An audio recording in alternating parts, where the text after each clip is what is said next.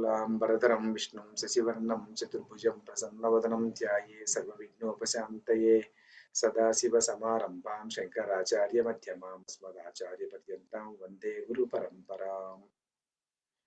245 fifth class ఈరోజు Bhagavad Gita 5th అధ్యాయంలో ఉన్నాం. మనం 5th అధ్యాయంలో మనము 25th శ్లోక వరకు అయిపోయింది. 25th అయిపోయింది. 26th నుంచి ఈరోజు చెప్పుకుంటే ఈరోజు తర్వాత ఇంకొక క్లాస్కి అయిపోతుంది. మొత్తం 5th చాప్టర్ అయిపోతుంది. మరి లాస్ట్ క్లాస్లో చెప్పుకునేటువంటి 2 శ్లోకాలు అందరూ చదువుతారా, లేకుంటే ఎవరైనా చెప్పేవాళ్ళు ఎవరైనా ఉంటే చెప్పచ్చు. యోంత సుఖంతరో రామ, అక్కడి నుంచి ఎవరైనా నేర్చుకుంటే వెరీ గుడ్, లేకపోతే కనుక కూడా పర్వాలేదు, ఎందుకంటే మొదటి క్లాస్కి నేర్చుకునేది కావద్దు కదా. అందువల్ల ఎవరన్నా మన మనస్వి కూడా నేర్చుకునేసిందా? వెరీ గుడ్ మనస్వి, చెప్పమ్మి మనస్వి, చెప్పమ్మా. యోంత సుఖంతర రామ, చెప్పమ్మి. సుఖంత రామ జ్యోతి రేవయః సయోగి బ్రహ్మ నిర్వాణం బ్రహ్మభూతోతి గచ్చతి. Very good, very good. బ్రహ్మభూతోధి గచ్చతి. బ్రహ్మ నిర్వాణం ఋషయః క్షీణ కల్మషః చిన్నద్వైతాయ యతతాత్మనః తత్ సర్వభూతోతి సర్వభూత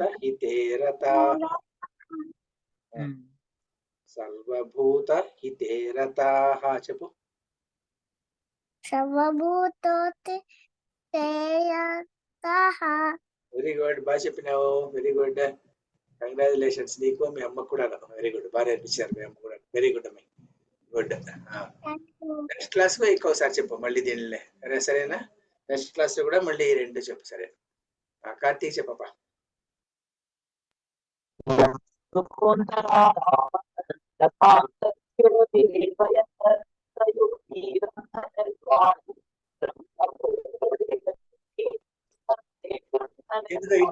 ఇంటర్నెట్ బాగాలేదు కార్తీక్, ఇంటర్నెట్ ఏమో కొంచెం ప్రాబ్లం ఉన్నట్టుగా చూడు.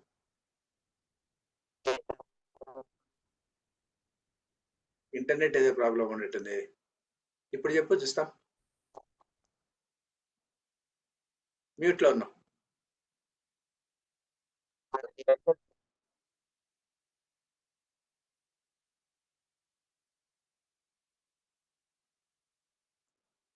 ఇంకెవరు నేర్చుకున్నారప్పా?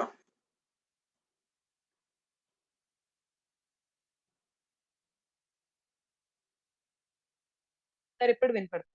ఇప్పుడు బాగా వినిపిస్తుంది, చెప్పు. ఫస్ట్ నేను చెప్పాలా సార్? యోంత సుఖాంతర కానీ చెప్పు.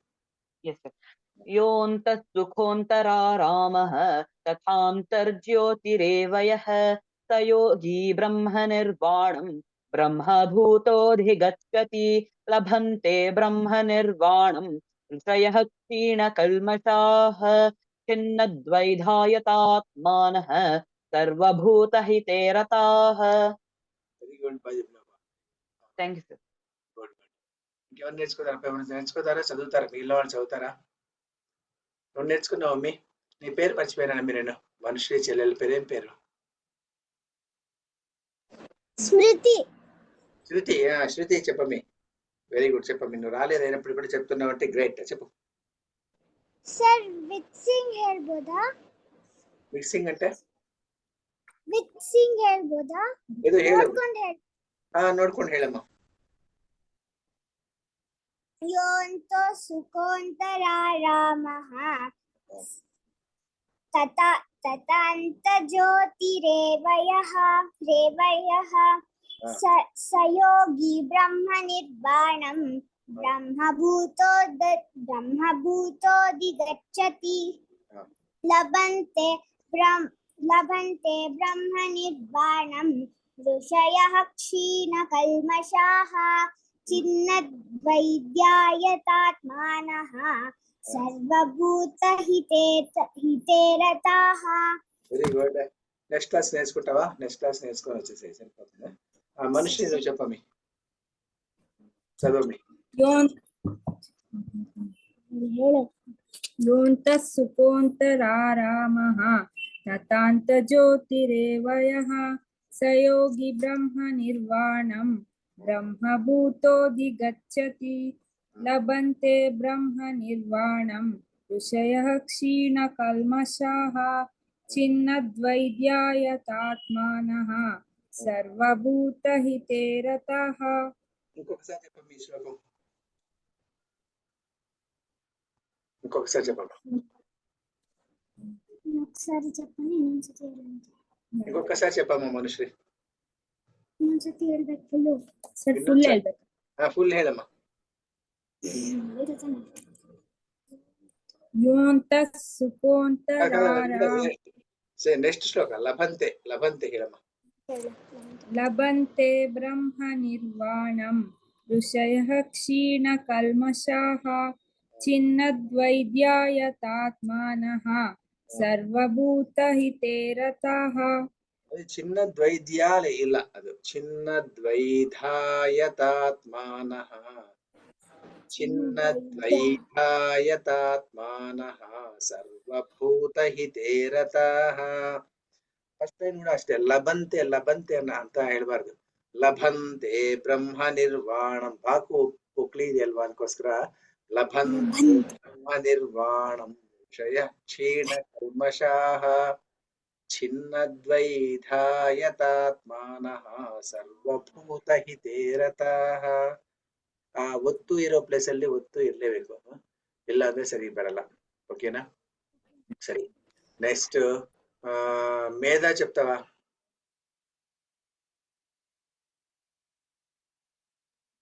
అతను లాస్ట్ క్లాస్ రాలే, దాని ప్రీవియస్ చెప్తుంది 2 శ్లోకాలు. చెప్పమను ప్రీవియస్ చెప్పమను.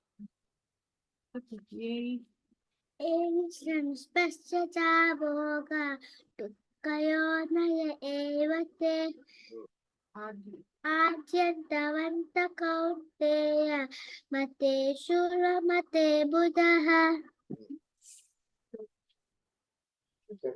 శక్నోతి నైమియస్తోరం వాక్షీల విమోక్షనాత్ కామక్రోధోపవం వేగం సన్నిస్సకీనలః. Good good, very good. బాగా నేర్చుకున్నావు, ఇంప్రూవ్ అయిపోయింది. నువ్వు ఇంకా నేర్చేసుకుంటావు, నీకు అయిపోతుంది. బాగా నేర్చుకున్నావు, గుడ్. ఇట్లాగే నేర్చుకోవాలి, అన్ని శ్లోకాలు ఇట్లా నేర్చుకోవాలా, సరేనా? Good, very good. ప్రణీష చెప్పమి. సార్ నేను ట్రై చేస్తాను, లాస్ట్ క్లాస్ వచ్చిందిలే. ఓకే ఓకే, చదవమ్మా. నువ్వు చదివేసి. యోంత సుఖోంతరారామ రామః తథా రామ రామః విసర్గ, ఇదే విసర్గ ఉంది అక్కడ. రామ యోంత సుఖోంతరారామః చెప్పు. యోంత సుఖోంతరారామః తథాంతర్జ్యోతిరీవయః సయోగి బ్రహ్మనిర్వాణం బ్రహ్మభూతోధిగచ్చతి లభంతే. ఫస్ట్ లైన్ మాత్రం చదివి ఇంకొకసారి, కాబట్టి ఫుల్ చదివేసి. యోంతః సుఖోంతరారామః తథాంతర్జ్యోతిరీవయః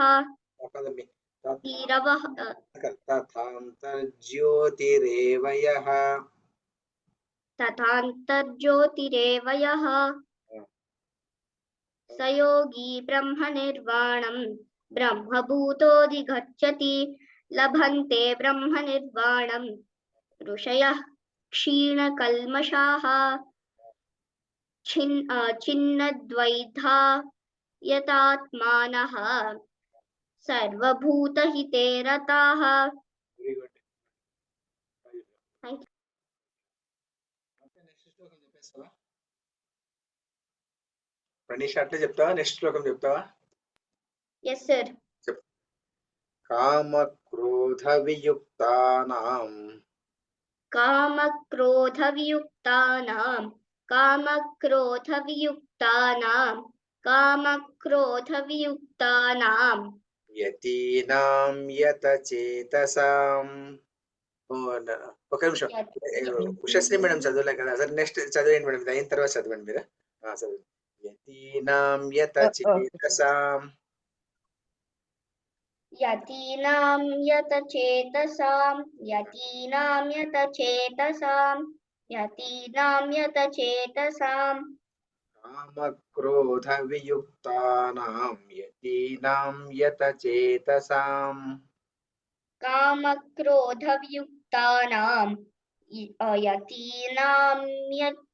యతీనాం యతచేతసాం కామక్రోధవియుక్తానాం యతీనాం యతచేతసాం కామక్రోధవియుక్తానాం యతీనాం యతచేతసాం అభితో బ్రహ్మనిర్వాణం అభితో బ్రహ్మనిర్వాణం అభితో బ్రహ్మనిర్వాణం అభితో బ్రహ్మనిర్వాణం వర్తతే విదితాత్మనం వర్తతే విదితాత్మనం వర్తతే విదితాత్మనం వర్తతే విదితాత్మనం విధి లేదమ్మి, దీనికి పొక్కి లేదు. విదితాత్మనం వర్తతే విదితాత్మనం.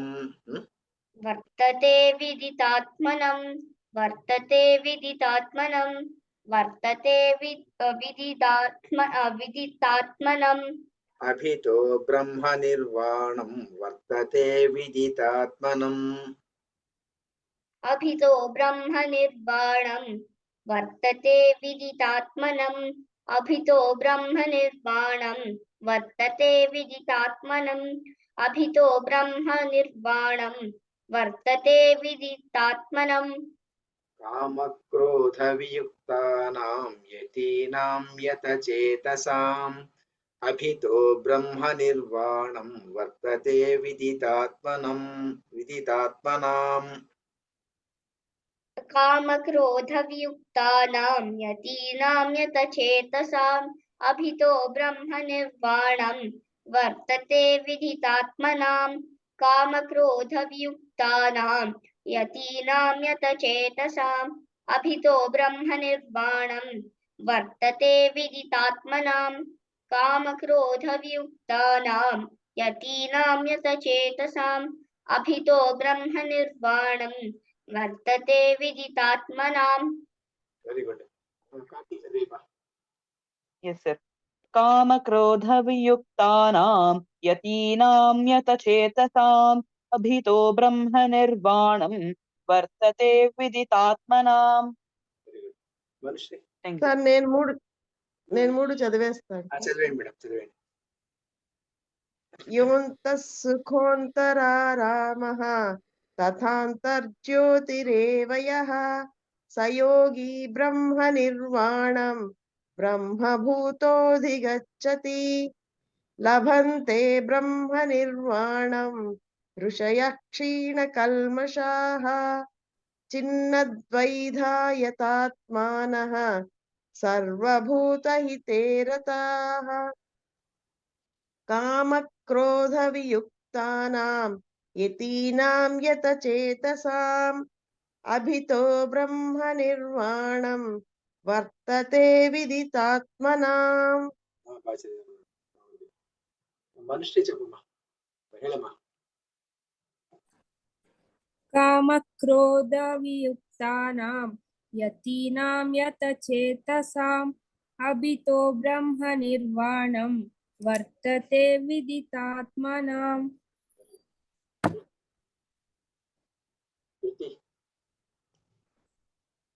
కామక్రోధవియుక్తానాం యతీనాం యతచేతసాం అభితో బ్రహ్మనిర్వాణం వర్తతే విదితాత్మనాం. వెరీ గుడ్, బాగా చెప్పారు. నెక్స్ట్ మనస్వి చెప్పమ్మా. కామక్రోధ వియుక్తానాం युक्तानां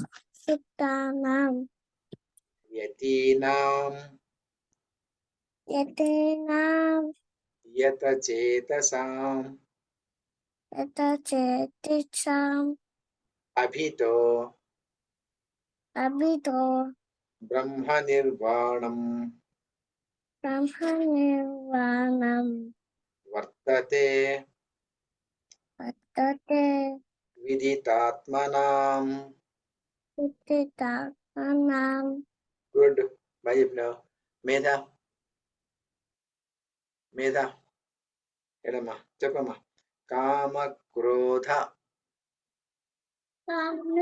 కామక్రోధ వియుక్తానాం వియుక్తానాం యతీనాం యతేనాం యతచేతసాం యతచేతసాం అభితో అభితో బ్రహ్మ నిర్వాణం బ్రహ్మవిజ్ఞానం బ్రహ్మ విజ్ఞానం వర్తతే వర్తతే విదితాత్మనాం. విదితాత్మనాం. బాగా చెప్పినా, వెరీ గుడ్. నెక్స్ట్ ఓకే, అందరూ అయిపోయింది కదా, అందరూ చెప్పేశారు. నెక్స్ట్ కార్తీక్, నెక్స్ట్ శ్లోకం చెప్పేపా. ఒక శ్లోకం ఎస్ చెప్పు. సార్. లాస్ట్ లో ఇంకా ఈ 28th 29th 28th శ్లోకం ఒకటే ఉంది అయితేనా? అయితే 28th ఒకటే ఉంటే లేదు 28th 29th ఉంది కాబట్టి నెక్స్ట్ క్లాస్ కి సరిపోతుంది. ఓకే, యాక్చువల్గా 27 and 28 ఒకే శ్లోకం ఉన్నట్టే అది. ఓకే, 2 స్టాంజాస్ చెప్పుకుందాం చాలు. స్పర్శాన్ కృత్వా బహిర్బాహ్యాన్ స్పర్శాన్ కృత్వా బహిర్బాహ్యాన్ స్పర్శాన్ కృత్వా బహిర్బాహ్యాన్ స్పర్శాన్ కృత్వా బహిర్బాహ్యాన్ చక్షుశ్చైవాంతరే భ్రువోః చక్షుశ్చైవాంతరే భ్రువోః చక్షుశ్చైవాంతరే భ్రువోః చక్షుశ్చైవాంతరే భ్రువోః స్పర్శాన్ కృత్వా బహిర్బాహ్యాన్ చక్షుశ్చైవాంతరే భ్రువోః స్పర్శాన్ కృత్వా బహిర్బాహ్యాం చక్షుశ్చైవాంతరే భ్రువోః స్పర్శాన్ కృత్వా బహిర్బాహ్యాన్ చక్షుశ్చైవాంతరే భ్రువోః స్పర్శాన్ కృత్వా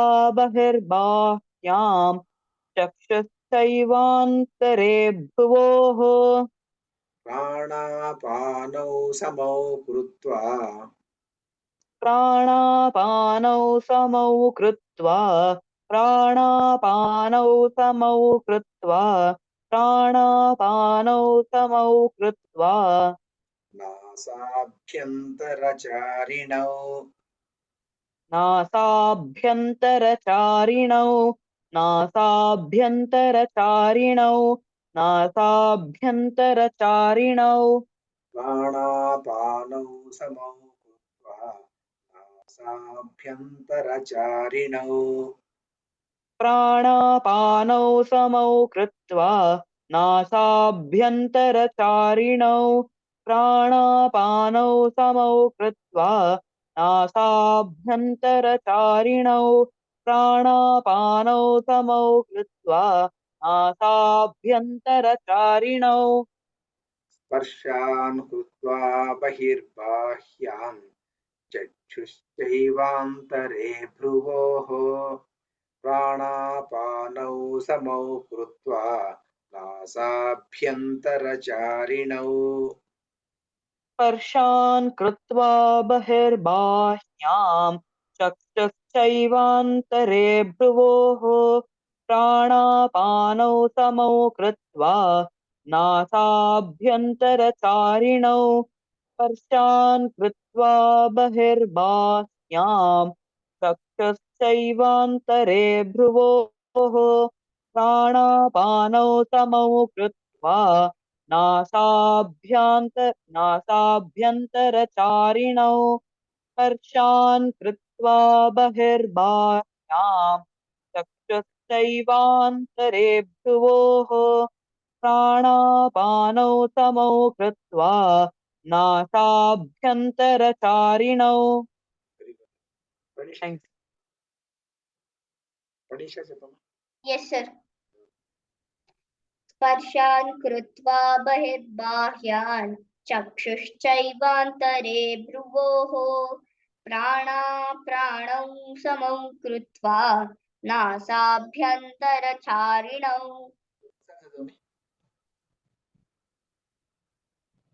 ఇంకొకసారి చదువు. Yes, sir.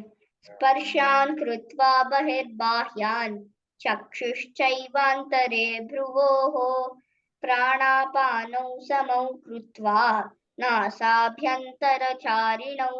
Very good. Next శృతి చెప్పమ్మా. వెళ్ళమ్మా. स्पर्शान् कृत्वा बहिर्बाह्या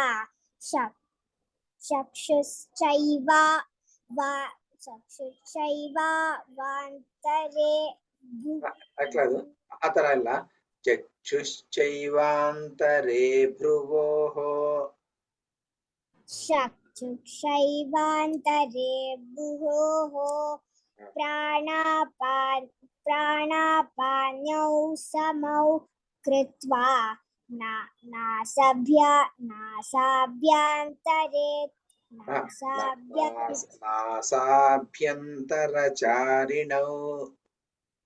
नासाभ्यन्तरचारिणौ ಫುಲ್ ಹೇಳಮ್ಮ ಇನ್ನೊಂದ್ಸರ್ತಿ. ಸ್ಪರ್ಶಾನ್ ಕೃತ್ವ स्पर्शान् कृत्वा बहिर्बाह्यां चक्षुषैवान्तरे भ्रुवोः प्राणापानौ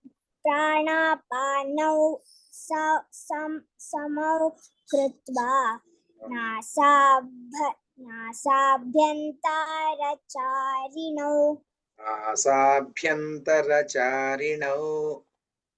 नासाभ्यन्तरचारिणौ నన్ను చెప్పమ్మి.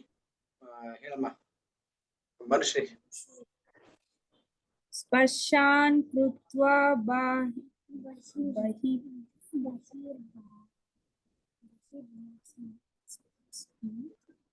स्पर्शान् कृत्वा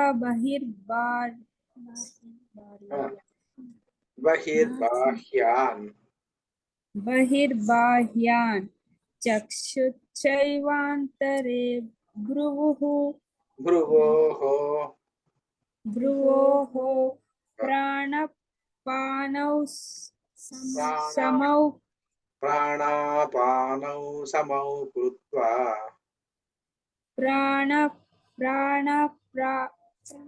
प्राणापानौ समौ कृत्वा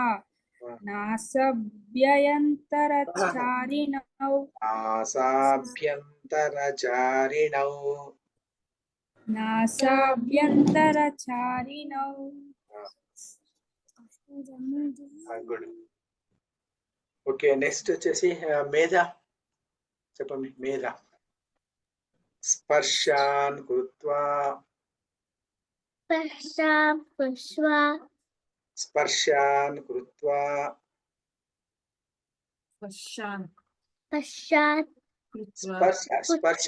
స్పర్శ అంటే టచ్. స్పర్శాన్ కృత్వా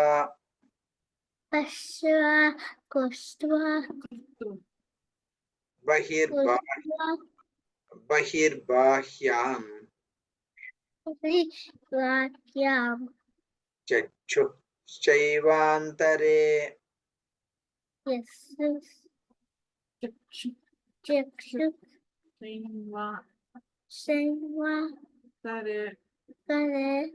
భ్రువోః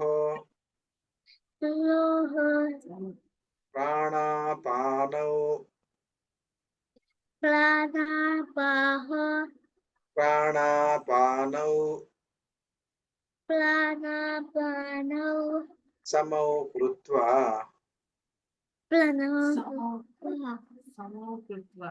नमो भूत्वा नासाभ्यन्तर मासाभ्यन्तर चारिणौ चारिणौ గుడ్ నెక్స్ట్ మన ఈ అమ్మాయి చెప్తాము మనస్వి చెప్తావమ్మా మనస్వి చెప్పిస్తే చెప్తావా వెరీ గుడ్ స్పర్శాన్ కృత్వా प्रसात्वा బహిర్బాహ్యాన్ महिर्भाषा చక్షుశ్చైవాంతరే चक्षुचैव तरे तरे భ్రువోః भूः ప్రాణాపానౌ प्राणापानो సమౌ కృత్వా समकृत्वा నాసాభ్యంతర आशाभ्रंशमुरा నాసాభ్యంతర नासा भ्रंशमुरा చారిణౌ तारिणौ వెరీ గుడ్ గుడ్ మేడం చదువుతారా స్పర్శాన్ కృత్వా ఉషశ్రీ మేడం ఉందరా మేడం లేదు సరే సో ఇక్కడికి 27 శ్లోకాస్ అయిపోయింది 28th and 29th Shloka next class చెప్పుకుందాం మనము ఇప్పుడు ఎవరైనా యాక్టివిటీ చేస్తారా ಶ್ರುತಿ ಏನೇನು ಆಕ್ಟಿವಿಟಿ చేస్తావు ಏನಾದ್ರು ಆಕ್ಟಿವಿಟಿ ಮಾಡ್ತೀಯಮ್ಮ ಶ್ರುತಿ ಏನಾದ್ರೂ ಹೇಳ್ತೀಯಾ ಕಥಾ ಇಲ್ಲಾಂದ್ರೆ ಶ್ಲೋಕ ಸರ್ ಭಗವದ್ಗೀತಾ ಬರುತ್ತೆ ಭಗವದ್ಗೀತೆ ಯಾವ ಬರುತ್ತೆ ಏನ್ ಬರುತ್ತೆ ಸರ್ 4th ಇಂದ 8th ಅಧ್ಯಾಯ ತನಕ ಬರುತ್ತೆ 4th ಇಂದ 8th ಅಧ್ಯಾಯವರೆಗೂ ಬರುತ್ತಾ ಇದು 5th ಅಧ್ಯಾಯ ಅಲ್ವಾ ಇದು ಸರ್ ಹೌದು ಆದ್ರೆ ಸ್ಕೂಲಲ್ಲಿ ಹೇಳ್ಕೊಟ್ಟಿದ್ರು ಮತ್ತೆ ಈಗ ಬರ್ತಾ ಇಲ್ಲ ಮತ್ತೆ 4th ಇಂದ 8th ವರೆಗೂ ಎಲ್ಲ ಜ್ಞಾಪಕ ಇಲ್ಲನಾ ಈಗ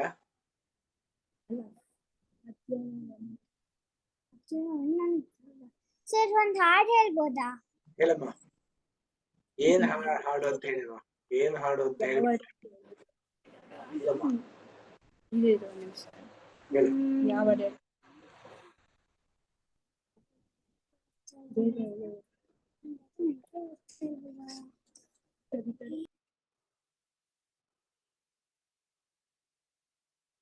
ಮ್ಯೂಟ್ ಅಲ್ಲಿ ಇದೆಯಮ್ಮ ಮ್ಯೂಟ್ ಅಲ್ಲಿ ಇದೆ ಮ್ಯೂಟ್ ಬರ್ತಾ ಇಲ್ಲ ಸೌಂಡ್ ಬರ್ತಾ ಇಲ್ಲ ಸರ್ ಪನ್ನಗಭೂಷಣ ಹೇಳ್ತೀನಿ ಹೇಳಮ್ಮ ಪನ್ನಗಭೂಷಣ ಉಮಾಪತೆ ಪಾರ್ವತಿ ರಮಣ ಪಶುಪತೆ ಪನ್ನಗಭೂಷಣ ಉಮಾಪತೆ ಪಾರ್ವತಿ ರಮಣ ಪಶುಪತೆ ನಂದಿವಾಹನ ನಾಗಭೂಷಣ ಚಂದ್ರಶೇಖರ ಜಟಾಧರ ನಂದಿವಾಹನ ನಾಗಭೂಷಣ ಚಂದ್ರಶೇಖರ ಜಟಾಧರ ಗಂಗಾಧರ ಹರ ಗೌರಿ ಮನೋಹರ ಗಂಗಾಧರ ಹರ ಗೌರಿ ಮನೋಹರ ಗಿರಿಜಾಕಾಂತ ಸದಾಶಿವ ಗಿರಿಜಾಕಾಂತ ಸದಾಶಿವ ಪನ್ನಗಭೂಷಣ ಉಮಾಪತೆ ಪಾರ್ವತಿ ರಮಣ ಪಶುಪತೆ ಪನ್ನಗಭೂಷಣ ಉಮಾಪತೆ ಪಾರ್ವತಿ ರಮಣ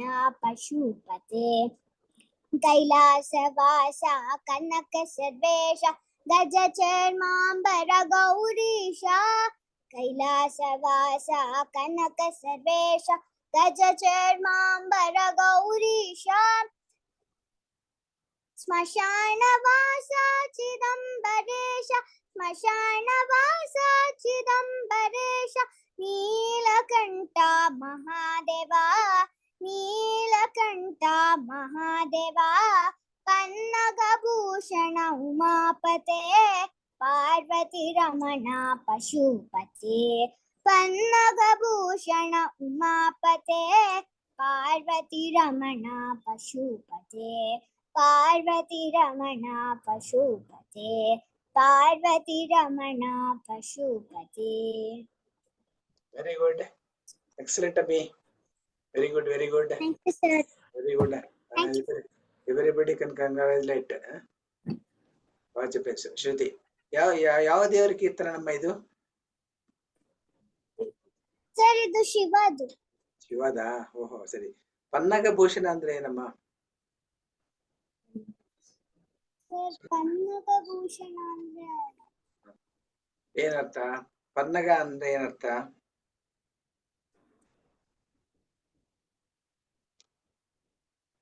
ಗೊತ್ತಿದ್ಯಾ?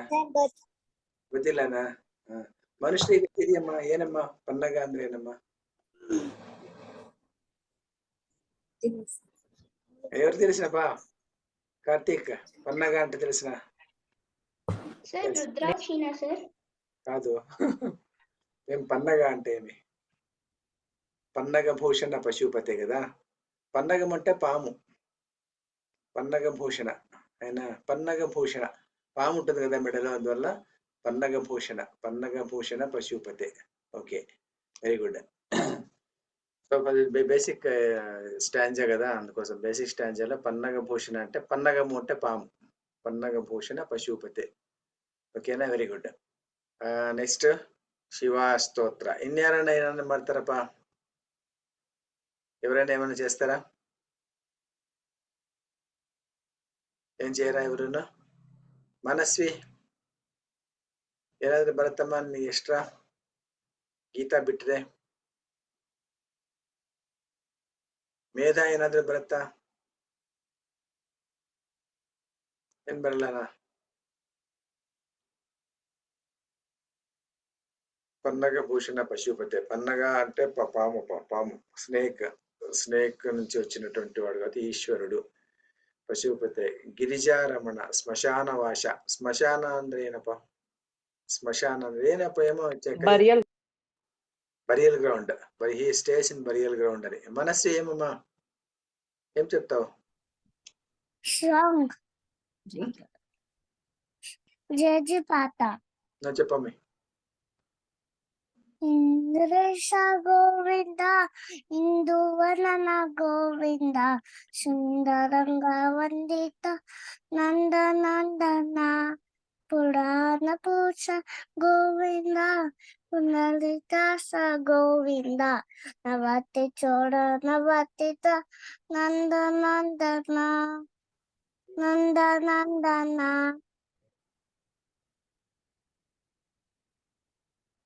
అష్టేనా? అంతేనా? అంతేనా? సరే.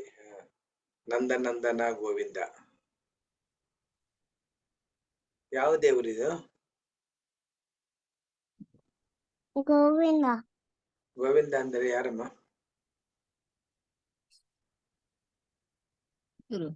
ಕೃಷ್ಣನ, ರಾಮನ, ಯಾರು? ಶಿವ, విష్ణు. ವಿಷ್ಣುನಾ? Very good, good good. Govinda ಅಂದ್ರೆ ವಿಷ್ಣು, ವೆರಿ ಗುಡ್. ಗೋವಿಂದ. ನಂದನಂದನ ಅಂದ್ರೆ? ನಂದನಂದನಡು అంటే ಏನಪ್ಪ Karthik?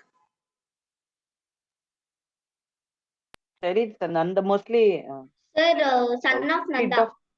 Sun of Nanda. Son of Nanda. నందనుడు అంటే సన్ అని. నందనుడు అంటే సన్.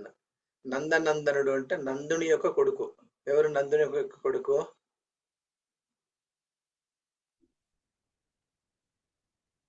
కృష్ణ.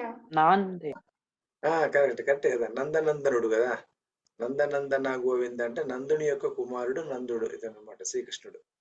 శ్రీకృష్ణుడు వసుదేవుడు పుత్రుడు కదా. మరి పుట్టినగానే అతన్ని ఎత్తుకొని వచ్చేస్తారు కదా. ఎత్తుకొని వచ్చేసి ఇక్కడ పెట్టుకునేస్తారు కదా. అప్పుడు నందుని ఇంట్లో పెరుగుతాడు అతను.